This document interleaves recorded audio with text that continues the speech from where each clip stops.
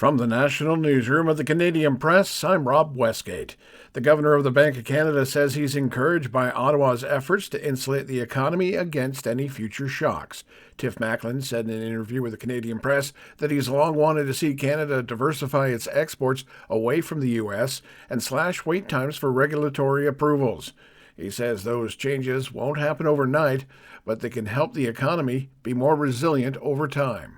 It's going to take a determined plan and a determined execution and willingness to keep the momentum.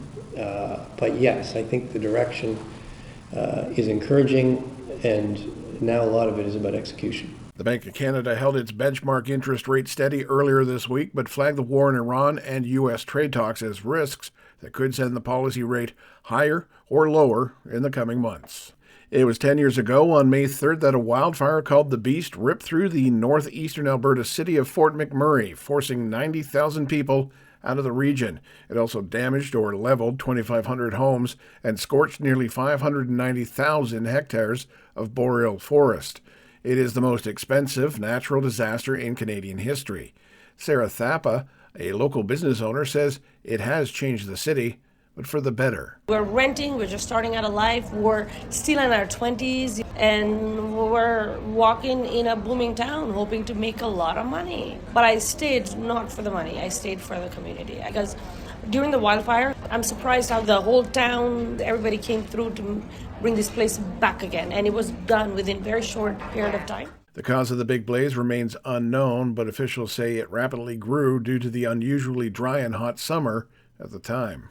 Police are still trying to piece together what led up to yesterday's discovery of 2 children dead in a vehicle in northwest Calgary. Inspector Darren Smith says it's believed both children were under the age of 10, and investigators are working to identify them. Police say one person remains in custody, but it's unclear what his relationship to the children was. Smith says the deaths are being treated as suspicious. Iran's 90 million people have been cut off from the global internet for most of 2026, one of the world's longest and strictest national shutdowns. That is devastating for an online economy in the country that has defied years of government restrictions and international sanctions. From fashion and fitness to advertising and retail, many have seen their income evaporate. Despite an uneasy truce with the U.S. and Israel, Iran's rulers are refusing to reverse the shutdown, insisting it's a wartime necessity. And finally, one of the world's rarest whale species is having more calves this year than in some recent seasons. The total population of the North Atlantic right whale is estimated at 384 animals and has been slowly rising after several years of decline. This is the Canadian Press.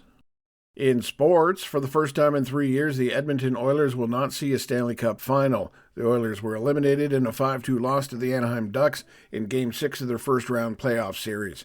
The Oilers lost to Florida the last 2 seasons in the Cup final. Anaheim will next play the winner between the Vegas Golden Knights and the Utah Mammoth. Ryan Jeffers hit a 2-run go-ahead drive that led the Minnesota Twins up and over the Toronto Blue Jays. 7-1 the final in the opener of a 4-game series. Jays starter Kevin Gausman allowed 4 runs, 4 hits, and 2 walks in 5 2/3 innings. In the NBA, the Philadelphia 76ers forced a Game 7 with a 106-93 win over the Boston Celtics. The decisive game will be Saturday in Boston. And finally, Cleveland Browns owner Jimmy Haslam and his family marked a significant milestone with a groundbreaking ceremony for a new domed stadium scheduled to open for the 2029 season. From the Canadian Press, I'm Rob Westgate. Thanks for listening. Don't forget to follow and subscribe. For more of today's top stories, visit thecanadianpressnews.ca.